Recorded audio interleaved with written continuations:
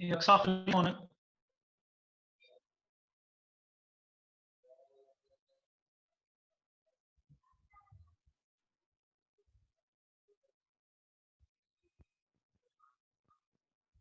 Sir class की है।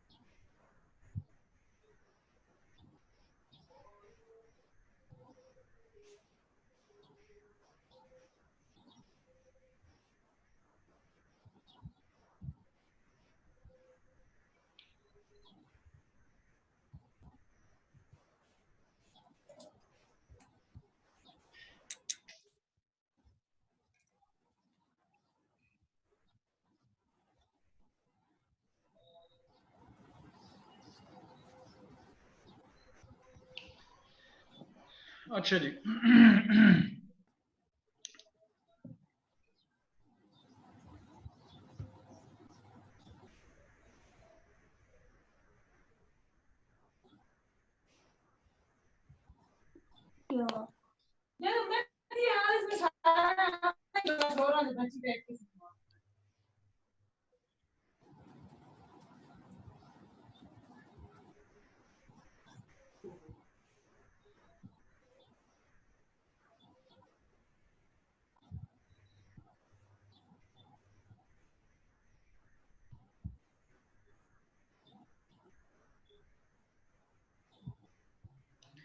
अच्छा, on 15th March,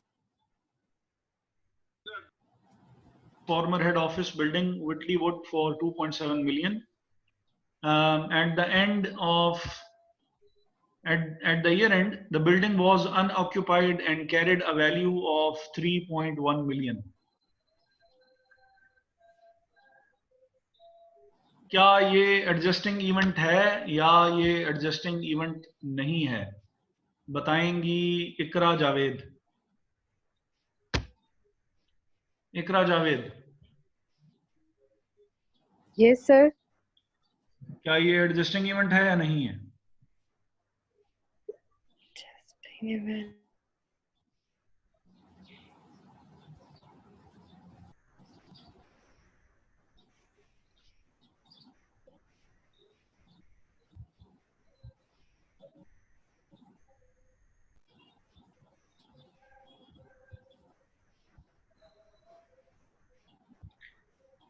वरदा आसिफ हैं हमारे साथ?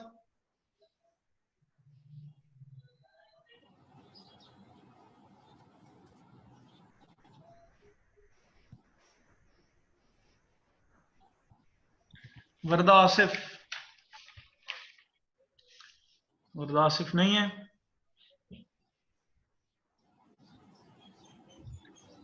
अशर जावेद?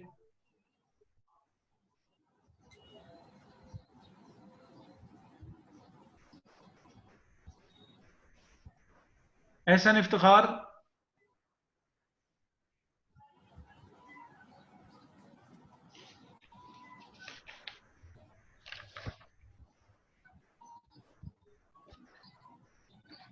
अच्छा, आज जो अभी तक हमारे साथ नहीं है, एक तो ये मोहम्मद जीशान साहब नहीं है, वरदा आसिफ नहीं है, हसनैन शाहिद साहब नहीं है।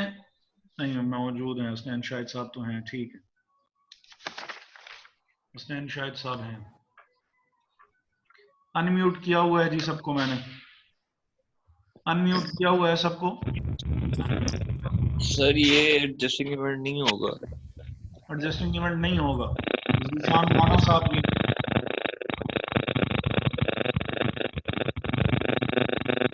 जीशान राणा?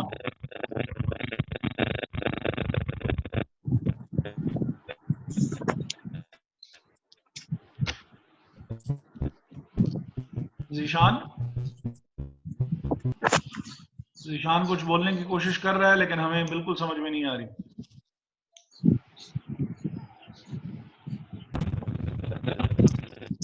चलें जीशान, आपने बहरहाल वो करवा दिया नोट के आप हमारे साथ बहरहाल हैं, सही। अच्छा, ये नूरिया तो है ना हमारे साथ? Yes sir. जी, तो क्या ये एडजस्टिंग इवेंट होगा कि नहीं होगा? सर आप बी पूछ रहे हैं सी पूछ रहे हैं? मैं पूछ रहा हूँ ये जो हम बी पूछ रहा हूँ मैं, बी। एक minute sir.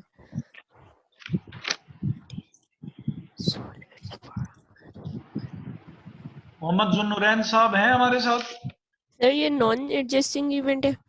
Non adjusting event है। जुन्नुरैन साहब हैं हमारे साथ या नहीं है? अनम्यूट किया हुआ है सबको।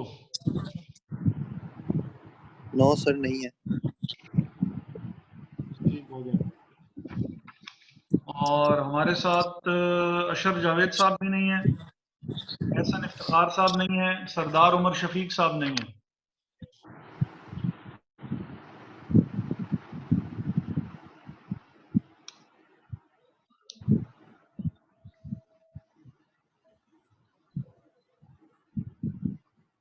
बाकी कुछ लोगों ने हमें लास्ट लेक्चर में ज्वाइन किया हुआ था, जैसे अब्दुल कयूम साहब थे। अब्दुल कयूम साहब अभी भी हैं या नहीं है?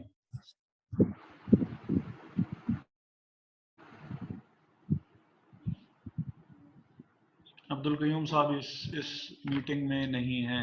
अच्छा, चलें।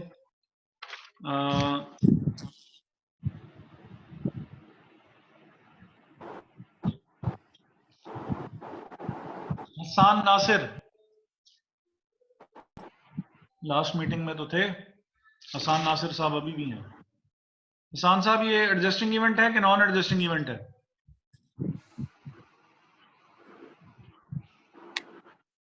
हसान नासिर साहब का माइक काम नहीं कर रहा है। ठीक है, ठीक हो गया। अक्सा खालिद,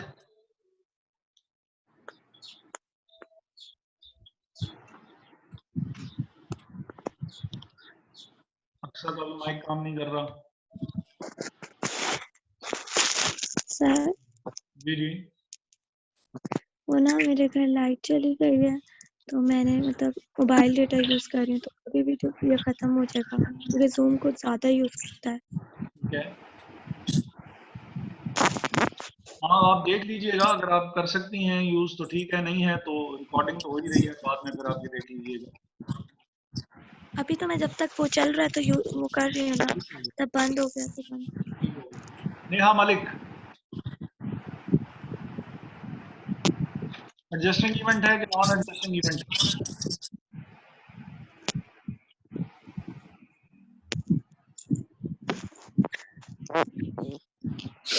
नेहा है हमारे साथ?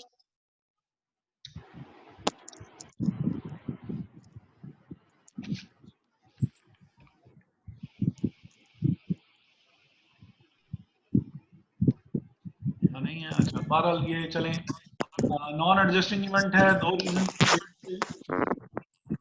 नंबर वन, सर जी जी, सर ये इसने बिल्डिंग इसको बेची है 2.7 मिलियन की, लेकिन बिल्डिंग अनऑक्युपाइड कैसे सर ईयर एंड पे?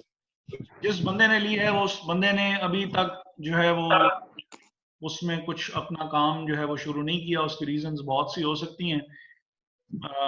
ये भी हो सकता है कि इसने फैक्ट्री बनाई हुई हो और उसने वहां पे यूनिवर्सिटी बनानी है, तो ऑब्वियसली फैक्ट्री को पहले गिरा के वहां पे दोबारा सारा काम करना पड़ेगा, तो वो क्योंकि उसका पर्पस फुलफिल नहीं कर रही तो बिल्डिंग अनऑक्यूपाइड ही होगी।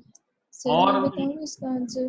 सर वो अनऑक्यूपाइड जो है बिल्डिंग, वो तो उसने 2.7 मिलियन की उसने बनाई थी ना, तो अब उसकी जो प्राइस है वो एक उसकी वैल्यू 3.1 मिलियन इंक्रीज कर गई है उधर से।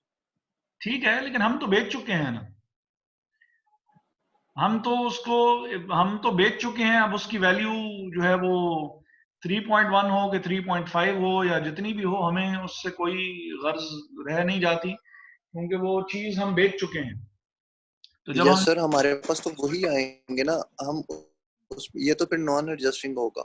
नॉन एडजस्टिंग है, उसकी रीजन ये भी है कि मेन रीजन जो उसकी है वो ये है कि हमने उसको साल खत्म होने के बाद बेचा है, 31 मार्च को बेच रहे हैं, ठीक है, जो कि ईयर एंड के बाद की डेट है।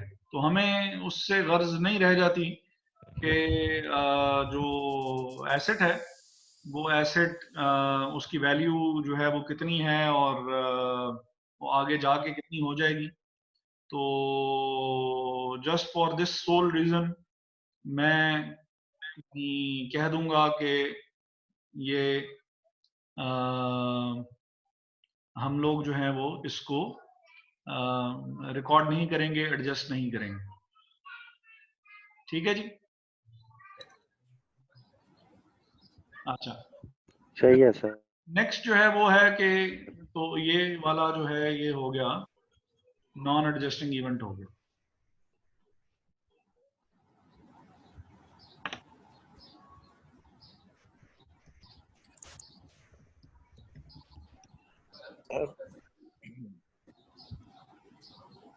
अच्छा, जो थर्ड है वो inventories at the year end included 6,50,000 of new electric tricycles और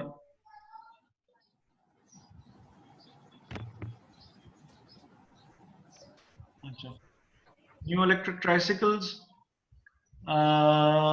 the the ओपेंसी, हाँ ये उसका मॉडल का नाम होगा। In January 2015 the European Union declared the tricycle to be unsafe and prohibited it from sale. An alternative market in Mongolia is being investigated, although the current price is expected to be cost less 30%. इस सारी बात का मतलब क्या हुआ, ये हमें बताएंगे हमजा बाबर साहब।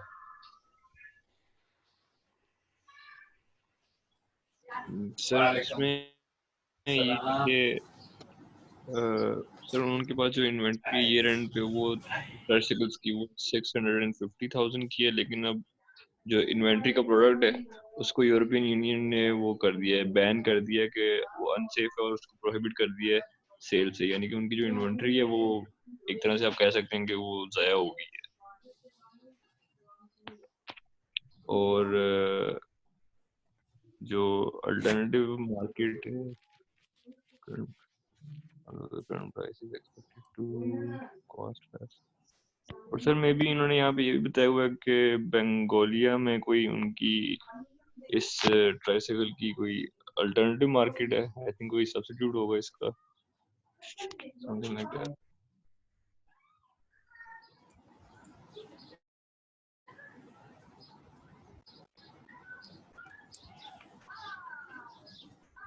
जी मायदा।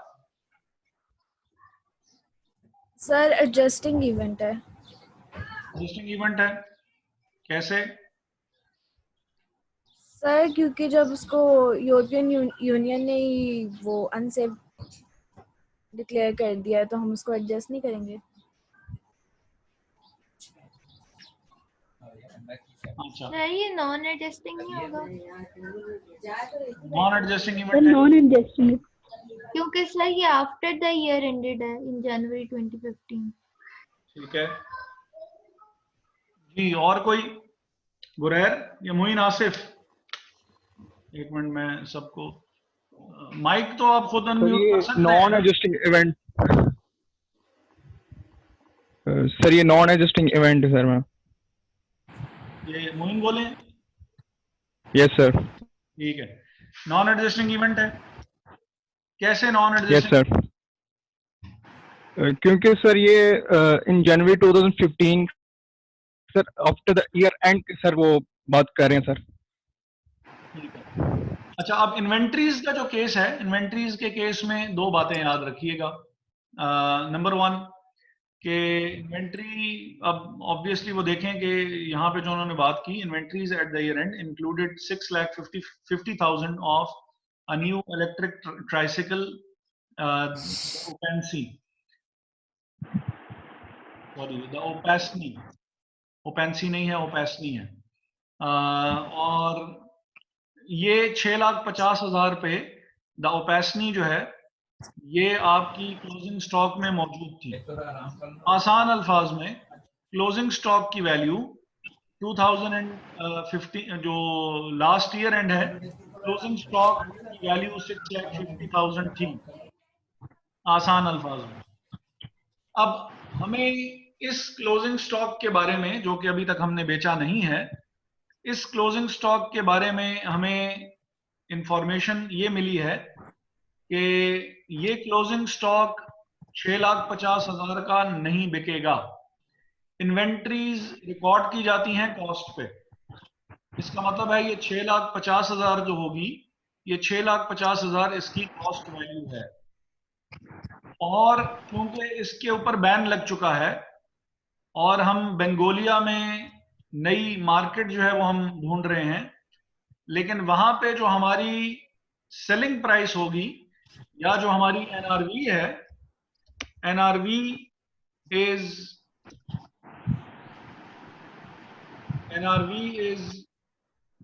30% even lesser than cost। और वो कैसे है कि एनआरवी हमारी जो है वो कॉस्ट से भी 30% लेस है। तो हम क्योंकि एसेट्स को, जो हमारी इन्वेंट्री है, इन्वेंट्री को क्योंकि हम लोअर ऑफ कॉस्ट या एनआरवी पे रिकॉर्ड करते हैं, तो हमें लॉस रिकॉर्ड कर लेना चाहिए और इन्वेंट्री राइट डाउन कर लेनी चाहिए। दो रीजंस हैं। नंबर वन, इन्वेंट्री हमारी बैलेंस शीट डेट पे मौजूद है और अभी तक वो हमने बेची नहीं है और उसकी मार्केट वैल्यू डाउन हो गई है। तो ये क्योंकि मार्केट फोर्सेस की वजह से ये चेंज आई है, हमें अपनी वैल्यू को एडजस्ट कर लेना चाहिए और राइट डाउन इन्वेंट्री को कर देना चाहिए।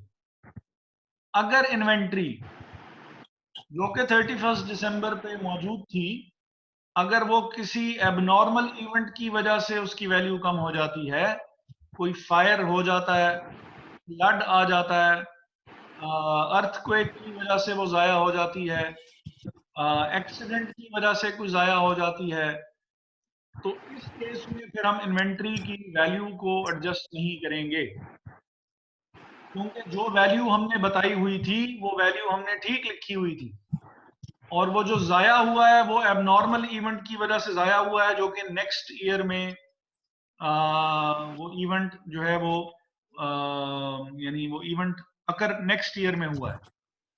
मैं अपनी बात को सम अप कर रहा हूं, अगर किसी को पहले समझ में नहीं आई तो उसके लिए एक दफा फिर से रिपीट कर रहा हूं। इन्वेंट्रीज के केस में दो केसेस हो सकते हैं।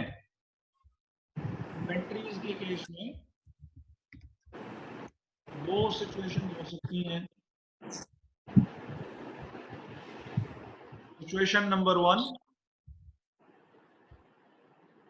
नंबर वन, केस ए कह देते हैं, inventory carried at the year end and the value changes because of market forces. Demand and supply की वजह से कोई वैल्यू जो है उसकी अगर डिक्रीज होती है, ये केस ए हो गया इन्वेंट्री का। ये इन्वेंट्री जो है वो ईयर एंड पे मौजूद है और उसकी वैल्यू मार्केट फोर्सेस की वजह से, मींस डिमांड एंड सप्लाई की वजह से उसकी वैल्यू चेंज होती है। जैसे यहाँ पे भी उसकी डिमांड जो है वो बिल्कुल काइंड ऑफ खत्म ही हो गई कि यूरोपियन यूनियन ने उसको जो है वो प्रोहिबिट कर दिया है, बैन लगा दिया है उसके ऊपर कि ये इस्तेमाल ना किया जाए। सर ये एक्सपेंस के तौर पे होगा जी, एक्सपेंस के तौर पे आएगा ये? हाँ जी, हाँ जी।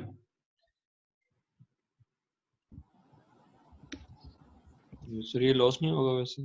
बिल्कुल लॉस है, बिल्कुल लॉस है, लेकिन लॉस इस केस में भी हो सकता है, लॉस एक और केस में भी हो सकता है जो कि अभी मैं नीचे लिखने लगा हूं। The value that we have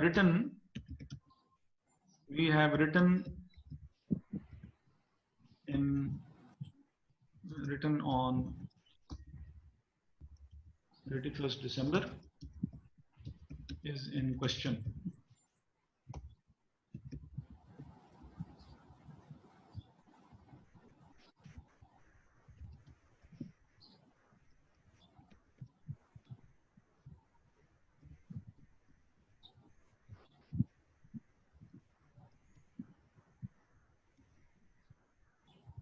अब क्योंकि सर जी जी इन इन्वेंटरीज को हम लोग कंप्लीटली राइट ऑफ कर देंगे या इसकी 30% वैल्यू राइट ऑफ सिर्फ 30% वैल्यू जो है जो वो डिक्रीज हुई है? 6,50,000 में से 6,50,000 में से जो है 55 है। हाँ जी, तो 6,50,000 ओके सर, 6,50,000 माइनस 30% 30% इंटू 6,50,000, इतनी वैल्यू इसमें से माइनस करके और इन्वेंट्री को लिखा जाएगा बैलेंस शीट पे, और ऑब्वियसली इतना ही लॉस भी आप रिकॉर्ड कर लेंगे। लेकिन याद रहे कि मार्केट फोर्सेस की वजह से वैल्यू चेंज हुई है, इसका मतलब है कि जो आपने बैलेंस शीट पे वैल्यू लिखी हुई है वो वैल्यू ही गलत वैल्यू है। तो हम एडजस्टमेंट इस वजह से कर रहे हैं कि हमने जो वैल्यू लिखी हुई है वो वैल्यू ही गलत है। Case number 2। सर जी जी सर एक चीज पूछनी थी कि जब भी कोई नई चीज मार्केट में लॉन्च होती है तो उसकी टेस्टिंग होती है, उन्होंने टेस्ट तो किया होगा, या ये हो सकता है कि ये मतलब अगर लोगों ने पसंद नहीं की, उन्होंने बाइसिकल किया, तो ये भी हो सकती है कि वो बहाना लगा रहे हो कि हमने ये अनसेफ है तो हमने ये नहीं, हो सकता है इस तरह मतलब। एक दफा फिर से बोलेंगे जरा प्लीज, आपकी आवाज थोड़ी सी आहिस्ता आ रही है असल में। तो केस ये है कि सर ये इधर कह रहे हैं ना कि मतलब उन्होंने डिक्लेयर किया है कि बाइसिकल जो है अनसेफ हैं, ठीक है, या वो लोगों को पसंद नहीं है, वो चाह रहे हैं कि मतलब हम ये जो है वो ना लें, ठीक है, तो जो यूरोपीय यूनियन वाले वो ये कह रहे हैं कि मतलब बहाना लगा के टरखाने वाली जो बात आ जाती है कि टरखा रहे हैं उस चीज को कि मतलब जान छूट जाए, सर वो ये चाह रहे हैं इसमें कि मतलब अगर ये इस तरह की कोई सिचुएशन अगर आ जाती है कि वो लेना ही नहीं चाह रहे, तो वो अगर वो इन क्लियरली वो मना करना चाह रहे हैं उनको। देखिए अगर तो वो लेना ही नहीं चाह रहे होंगे ना, अगर वो लेना ही नहीं चाह रहे और बाइक कहीं बिक ही नहीं सकती, तो फिर तो हम कह देंगे कि ये बाइक जो है वो टोटली वो हो गई है, टोटल लॉस हो गया, 6,50,000 का 6,50,000 लॉस हो गया। अब ये बिक ही नहीं सकती, तो जब ये बिक नहीं सकती तो इसका मतलब है ये सारा लॉस हो गया। हमारे ऊपर बैन लगा है कि आप ये चीज बेच नहीं सकते हैं क्योंकि ये अनसेफ है। अब वो अनसेफ क्यों है और उसके ग्राउंड्स क्या हैं, वो बहुत ज्यादा डिटेल में ऑब्वियसली दो से तीन लाइनों में तो वो नहीं समझा सकते। बस उन्होंने ये वो किया कि ये बाइक बेची नहीं जा सकती, अनसेफ है, इस वजह से हम इसको यानी उस मार्केट में तो हम बेच ही नहीं सकते। जो क्लोजेस्ट पॉसिबल जो हमारे पास ऑल्टरनेटिव है उधर ये चीज बिक तो जाएगी, लेकिन बिकने में ऑब्वियसली उस वैल्यू पे नहीं बिकेगी जो कि वैल्यू हमें यूरोपियन यूनियन में मिल रही थी। मार्केट नहीं होगी या जो कुछ भी, जब भी आप नई मार्केट में जाते हैं तो फिर मार्केट पेनिट्रेशन के लिए आपको प्राइस वैसे भी रिड्यूस करनी पड़ती है। तो इन्होंने कुछ उस रिडक्शन की बात की कि भाई वो नुकसान हम हो गया और वो हमें रिकॉर्ड करना पड़ेगा। हमजा, आपका भी कोई क्वेश्चन था? मैं अनम्यूट कर रहा हूं एक दो सर क्वेश्चन तो नहीं था सर, मुझे लगा आपने केस बी का पूछा है तो नहीं केस बी मैं अभी लिखने लगा हूं, वो बता रहा हूँ। केस बी जो है वो उसमें क्या हो रहा है कि inventory carried eight the year and पहले वाले की तरह, and the value changes because of natural calamity। कोई हादसा हो गया, कोई for example fire, flood etcetera, ठीक है, और उसकी वजह से वैल्यू चेंज हुई, तो in this case no adjustment should be made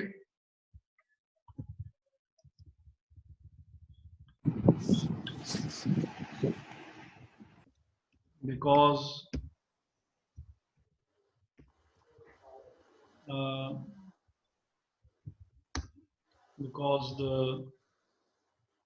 the value that we have presented on balance sheet is correct and it changed because of abnormal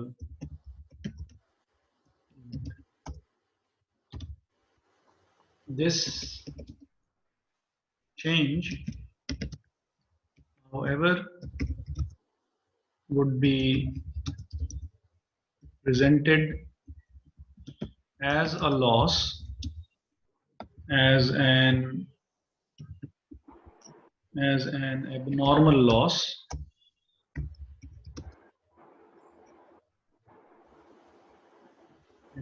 in which it happened।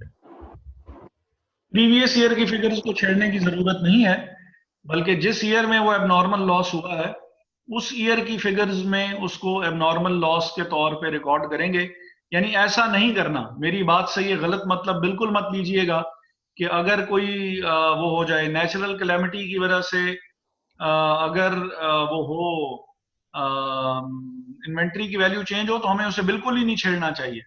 मैं हरगिज ये बात नहीं कर रहा हूं, मैं ये कह रहा हूं कि प्रीवियस ईयर की फिगर्स में इस किस्म के इवेंट को एडजस्ट नहीं करना चाहिए। ऊपर वाले इवेंट में हमने क्या किया कि प्रीवियस ईयर की फिगर्स को हमने चेंज किया, क्योंकि जो वैल्यू इन क्वेश्चन थी वो value in question market forces की वजह से चेंज हुई और हमने ठीक नहीं लिखी हुई थी। लेकिन इस केस में हम लोग जो है जी सुबह से नस नस के अंदर आवाज सुनी है। अच्छा चलें ठीक है, अच्छी बात है। सर वो अच्छा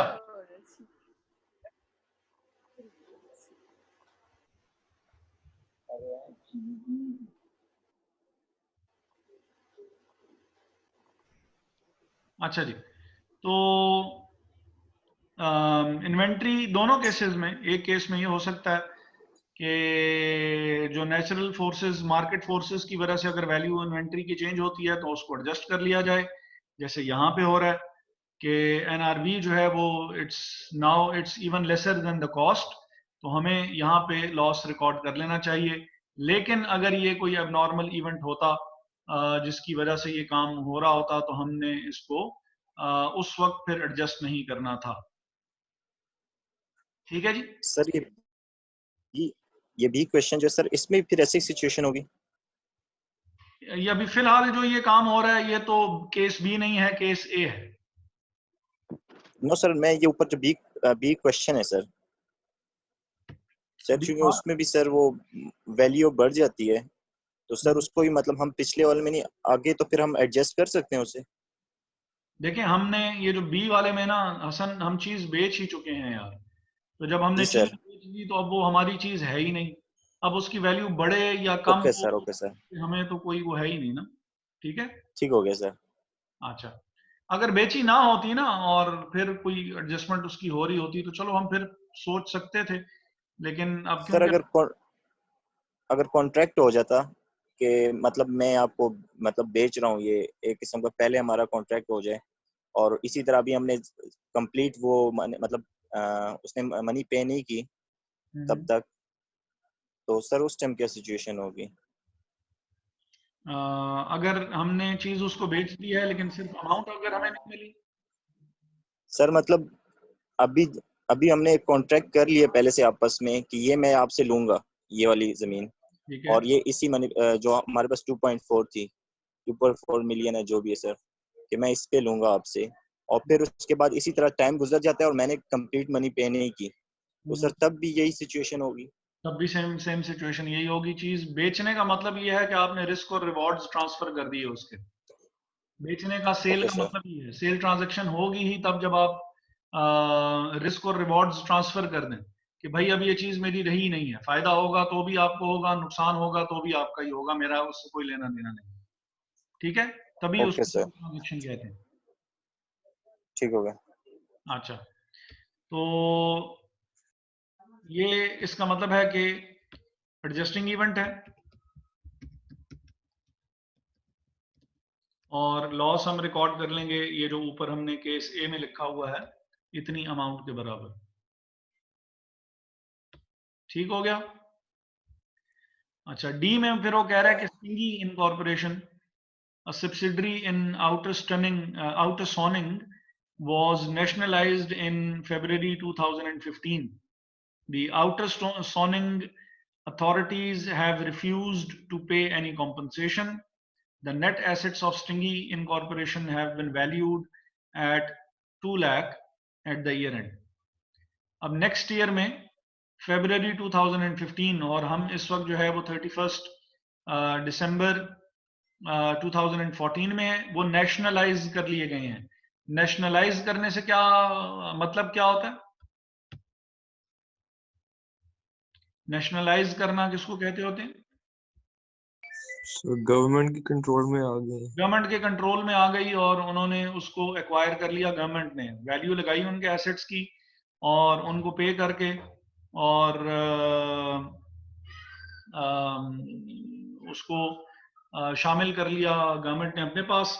और जो हमारे पास प्राइवेटाइजेशन होती है, प्राइवेटाइजेशन में ये होती है कि गवर्नमेंट अपने एसेट्स को आपको बेच देती है।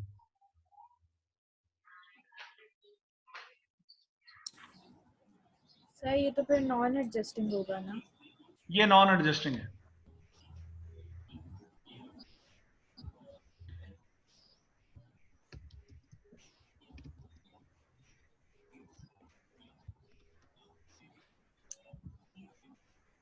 क्योंकि वैसे भी जो एक्विजिशन हुई है वो साल के बाद हुई है, तो ये नॉन एडजस्टिंग इवेंट होगा। सर अगर एक्विजिशन साल से पहले हुई होती और पेमेंट साल के बाद हो रही होती फेब में, तो फिर हम लोग इसको कैश को एडजस्ट करते हैं। देखें जो बैलेंस शीट इवन जो रिस्ट्रक्चरिंग और ये जो सारा प्लान होता है ना, अगर नेशनलाइज भी हो रही हो, तो नेशनलाइजेशन हो रही हो, प्राइवेटाइजेशन हो रही हो, तो इसमें काफी टाइम लगता है इन सारे प्रोसेसेस में। और वो यानी ये कोई 2-4 हफ्तों की बात नहीं है, ये महीनों की बातें हैं। जब तक पूरा प्लान इम्प्लीमेंट नहीं हो जाता उस वक्त तक आपने कोई एडजस्टमेंट नहीं। ओके सर लेकिन मैं ये कह रहा हूँ कि अगर जो ट्रांसफर है वो अगर पिछले साल हो जाए, और अगर वो करेगा ना, इम्प्लीमेंट करेगा, तो वो फिर वो सारी डिटेल हमें ये भी बता रहा होगा कि इम्प्लीमेंटेशन फेज में दाखिल हो चुके हैं। ओके सर, ठीक है, तो वो फिर बताएगा हमें। अनटिल एंड अनलेस वो ये सारी बात करे कि वो इम्प्लीमेंटेशन किस तरह हो रही है, हमने कोई एडजस्टमेंट नहीं करनी। जी माही। सर अगर ये सब्सिडरी नेशनलाइज नहीं हुई होती तो फिर इसकी कोई एडजस्टिंग एंट्री बनती, अगर बनती तो क्या होती? देखें, अगर नेशनलाइज ना हो रही होती और उनके नेट एसेट्स की वैल्यू जो है वो अपने नेट एसेट्स को रीवैल्यू कर रहे हैं, और रीवैल्यू करने की वजह से कोई इंपेयरमेंट हो रही है या कोई रीवैल्यूएशन हो रही है, तो फिर वो उसकी एडजस्टमेंट डेफिनेटली कर लेते एजीएम से पहले। ठीक है, ओके सर, यानी उन्होंने ठीक है सर। अपने एसेट्स की वैल्यू लगाई है ना, हम ये कह सकते हैं वैल्यू तो बैलेंस शीट पे पहले से ही लिखी हुई है। अब अगर वो उसकी वैल्यू दोबारा लगा रहे हैं, मींस वो उसको रीवैल्यू कर रहे हैं। रीवैल्यू करते हुए या तो एसेट्स की वैल्यू बढ़ सकती है या एसेट्स की वैल्यू कम हो जाएगी। तो इन एनी केस अगर वैल्यू बढ़ रही है या कम हो रही है, तो हमें भी फिर उसके अकॉर्डिंगली एडजस्टमेंट करनी पड़ेगी। Okay sir. अच्छा जी, ई में वो कह रहा है कि freak floods caused ₹1,50,000 damage to the South Coast branch of Early Incorporation in January 2015. The branch was fully insured. अब ये डैमेज उन्होंने कॉज की है इन जनवरी 2015, साल गुजर चुका है, एबनॉर्मल इवेंट है। एबनॉर्मल इवेंट 2015 में ही एडजस्ट किया जाएगा, 2014 में इसकी कोई एडजस्टमेंट नहीं होगी, नॉन एडजस्टिंग इवेंट। और लास्ट जो है वो ऑन April 1, 2000। सर अगर इधर हमें अमाउंट गिवन ना होती सही, तो फिर सर हम उसका फिर डिस्क्लोजर वो करते हैं। हाँ जी, अभी भी इसका डिस्क्लोजर तो अभी भी दे देंगे। नॉन एडजस्टिंग तो है, फिगर तो नहीं एडजस्ट कर रहे, बता जरूर देंगे लोगों को। केस बी में भी वो जो ऊपर केस ए और केस बी लिखे थे, केस बी में डिस्क्लोजर फिर भी देंगे। अमाउंट एडजस्ट है वो हमने नहीं करनी है। और लास्ट जो है वो डिविडेंड से रिलेटेड है, तो announced 1-for-1 right issue aiming to raise 15 million. तो ये भी नॉन एडजस्टिंग इवेंट है। नए साल में जाके आप नए शेयर्स इशू करने की बात कर रहे हैं, नए साल में नए शेयर्स इशू करने की बात हो रही है, तो ये नए साल में शेयर कैपिटल की अमाउंट बढ़ जाएगी, लेकिन प्रीवियस ईयर की शेयर कैपिटल की फिगर पे कोई इफेक्ट नहीं होना चाहिए। ठीक है जी, तो ये भी नॉन एडजस्टिंग इवेंट ही है। सर इसके सारे क्वेश्चंस बस ऐसे ही होंगे कि हमें स्टेटमेंट देनी है या किसी में हमें उनको बैलेंस शीट और उसमें जाके एडजस्ट भी करना पड़ेगा? आपको जो क्वेश्चंस जो बस आप लोगों को 2-3 तो करवा दिए मैंने।